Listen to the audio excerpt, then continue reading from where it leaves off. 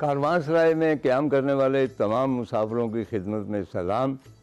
میرا خیال ہے کہ آپ سوچ رہے ہوں گے کہ یہ جو داستان گو ہے، بوڑھا شخص بیٹھا ہوتا ہے، کہانیاں سناتا رہتا ہے، اس نے ہمیں پھولوں والی وادی یا پھولوں والی پہاڑی کے قصے سنائے، زعفران کی وادی کے قصے سنائے، اپنی بچپن کی جو یاترا تھی کشمیر کی، جب اس نے اخروٹ کھائے، برف کے پل پر سے گزرا اور ڈل لیک میں سرخ مچھلیاں اس کے شکارے کے پیچھے پیچھے چلی آتی تھیں، یہ سب قصے سنائے۔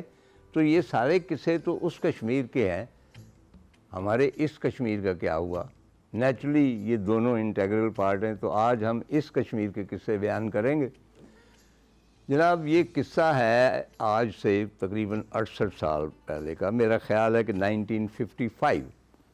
تو گورنمنٹ کالج کے جو نوٹس بورڈ تھا اس کے اوپر ایک نوٹس لگا ہوا تھا اور اس کی ہیڈ لائن تھی کشن گنگا ایکسپیڈیشن، کہ ایک ایکسپیڈیشن جا رہی ہے کشن گنگا، اور جس نے جانا ہے وہ خواجہ صاحب جو فزیکل انسٹرکٹر ہیں ان کے پاس حاضری دے، فزیکل چیک اپ ہوگا۔ اچھا یہ وہ دن تھے جب ہم بے خطر آتش نمرود میں کود پڑا کرتے تھے، اور جب ہر درخت سبز لگتا تھا اور ہر بطخ جو ہے وہ راجنس دکھائی دیتی تھی۔ چنانچہ ہم نے جوائن کر لیا، ہمیں کہا گیا کہ آپ فزیکلی فٹ ہیں، اور اس کے بعد ایک فہرست دی گئی کہ یہ اشیاء ہونی چاہیے۔ وہ عجیب و غریب اشیاء تھیں، پہلی مرتبہ ان کا نام سنا تھا، معلوم ہوا کہ لنڈے بازار سے ملتی ہیں۔ اس میں مثلاً سر فہرست تھا rucksack, sleeping bag, long trekking boots, brown sweater, اونی جرابیں وغیرہ وغیرہ ہیں، آئی سیکس، ہاں وہ بھی اس میں شامل تھا۔ تو ہم لنڈے بازار گئے، تازہ سیکنڈ ورلڈ وار ختم ہوئی تھی، تو جتنے گورے مرے تھے نا ان سب کا جو سامان تھا فوجی سامان وہ لنڈے بازار میں ملتا تھا۔ اب باقی سارا سامان تو مل گیا، باقی لڑکوں نے بھی لیا۔ ایک ٹریجڈی البتہ ہو گئی، میں نے جو بوٹ لیے بہت عمدہ چرمی بوٹ تھے کسی گورے کے، وہ غلطی سے ایک 10 نمبر کا لے لیا، ایک 9 نمبر کا لے لیا، وہ وہاں چیک نہیں کیا، اور جب وہ ٹریک شروع ہوا ہے تو ہم لارڈ بائرن کی طرح مطلب یوں کر کے نا رنگڑاتے ہوئے چلتے تھے۔ کہتے ہیں کہ بھئی اس زمانے کی خواتین جو ہیں وہ اسی انداز کی عاشق ہو گئی تھیں، اور لوگ جو تھے لارڈ بائرن کی ترتبوں میں اسی طرح لنگڑا کے چلتے تھے۔ بہرحال یہ خبر جب پہنچی امی جان کو تو انہوں نے تو انکار کر دیا، ان کا میں تو نہیں جانے دوں گی۔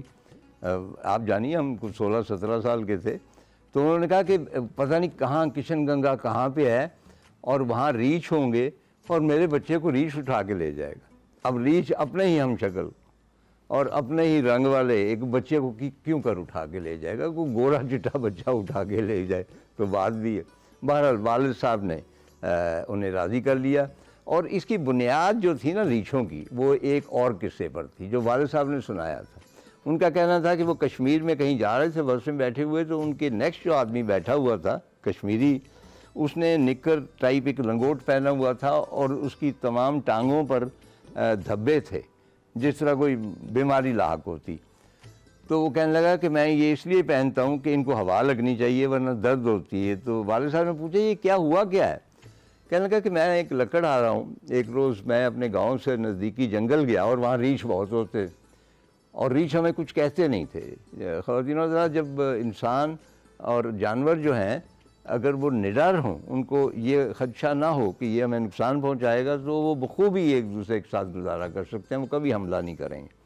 لیکن کہنے لگا کہ ایک ریچھ آیا، بڑا بدتمیز قسم کا ریچھ تھا، اور وہ سیدھا کھڑا ہو گیا اپنے دونوں پاؤں پہ۔ اچھا ایک اور انفارمیشن میں آپ کی اطلاع کے لیے جو کینیڈا میں مجھے دی گئی تھی، کہ ریچھ جب دونوں ٹانگوں پہ کھڑا ہوتا ہے تو انسان خوف زدہ ہو جاتا ہے کہ یہ مجھ پہ حملہ کرنے والا ہے۔ ایسا نہیں ہوتا، ریچھ کی آنکھیں بڑی کمزور ہوتی ہیں، جب وہ دور کا منظر دیکھنا چاہتا ہے نا تو وہ یوں اٹھ کے سیدھا ہو کے دیکھتا ہے۔ تو باہر طور اس چروائے کا کہنا تھا کہ وہ ریچھ جو تھا قریب آیا، اور میں نے خوف زدہ ہو کے، اور کوئی چیز تھی میرے پاس نہیں تھی، میں نے اس کو جفا مار لیا، ان ٹرن اس نے بھی جفا مار لیا۔ اب میں زور لگا رہا ہوں، وہ بھی زور لگا رہا ہے، اور ہم دونوں ایک دوسرے سے چھٹکارا حاصل کرنا چاہتے ہیں، اور یکدم میں نے محسوس کیا کہ کوئی تیزابی چیز میری ٹانگوں میں پڑ رہی، اور ایکچولی یہ اس کا ڈیفنس میکنزم تھا ریچھ کا، کہ وہ یورینیٹ کر رہا تھا، پیشاب کر رہا تھا، اور وہ بالکل تیزاب تھا۔ تو کہنے لگا کہ اس کے بعد میں نے اسے چھوڑا تو وہ بھاگ گیا، اور اس کے بعد آج تک تو والدہ صاحبہ کو بھی یقین تھا کہ اس قسم کا ریچھ مجھے اٹھا کے لے جائے گا.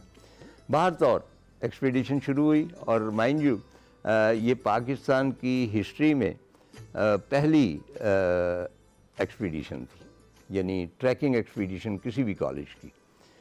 تو سب سے پہلے ہم بالا کوٹ کے ذریعے گئے, ناران گئے, کشمیر آ جاتا ابھی تھوڑی دیر کے بعد. تو ناران میں کیا تھا, 2 تندور تھے, ایک ریسٹ ہاؤس تھا, گجروں کے جھونپڑے تھے, اینڈ دیٹ از آل.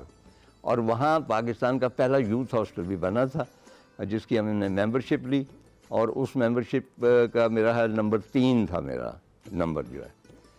وہاں سے پیدل سفر شروع ہوا.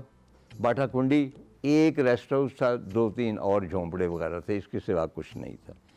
تو باہر طور ان شارٹ ہم جب پہنچے ہیں بہت بڑا ایک گلیشیئر عبور کر کے, تو ہمارا جو آخری منزل تھی وہ رتی گلی پیک تھی, 16,500 فٹ کی بلندی پہ.